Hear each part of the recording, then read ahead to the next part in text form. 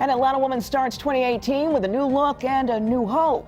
Gladys White was severely burned as a newborn, and because of scarring, she grew up largely without hair. Now, the mother of two had just about given up hope of having a normal head of hair until now. The Fox Medical Team's Beth Galvin has a look at the surgery that she hopes will change her life.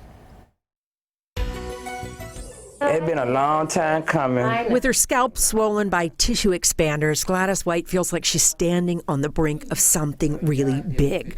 This is her final visit with Morehouse School of Medicine plastic and reconstructive surgeon Dr. Jifa Pozo before an operation that could be a game changer for Gladys. When I got burnt and lost some of my hair, that was like losing a part of me. Her story is very unique, to say the least, and honestly, I've actually never heard a story like that before. Because for 56 years, Gladys has lived with the scars of a devastating house fire that happened when she was just 2 months old. In Gladys's case, her burn went down probably pretty close to her skull. Gladys was burned on 60 to 65% of her body. Surgeons had to rebuild her left arm.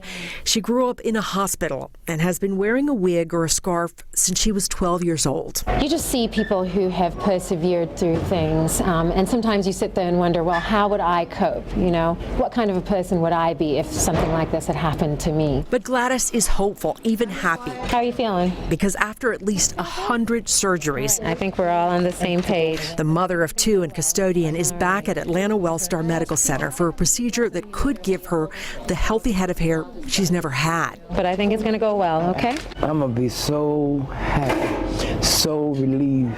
Gladys's daughter, Keisha Taylor, says being able to live without her wigs would be huge for her mom. And that's something like she always wanted that people take for granted. Like, that is big to her. I am ready to go. Yes, ma'am, me too. So with the OR being prepped, Gladys could not be more ready. When God sent the right people to do something for you, you're good, and he sent the right people. This is the second of a two-part procedure. The team repairs a small hole in Gladys's skull that's been causing her crippling headaches for a couple of years. And then Dr. Pozo stretches the non-burned area of her scalp that has hair, the skin they've been expanding now for a couple of months, over as much of the scarred scalp tissue as possible. The hope is that as the scalp heals, her hair will grow. It's going to be much closer to normal, which is the really nice aspect of this option. Blonde, a redhead. A day after her surgery, Gladys is back home, packing up the wigs that have been part of her life for 44 years. She will donate them because she hopes she won't need them anymore. The only pain I have is joy pain. If anybody know how it feels to be happy and complete by right now, it's me. I feel so complete now. What are you gonna do? Gonna have my hair singing? Beth Galvin for the Fox Medical Team.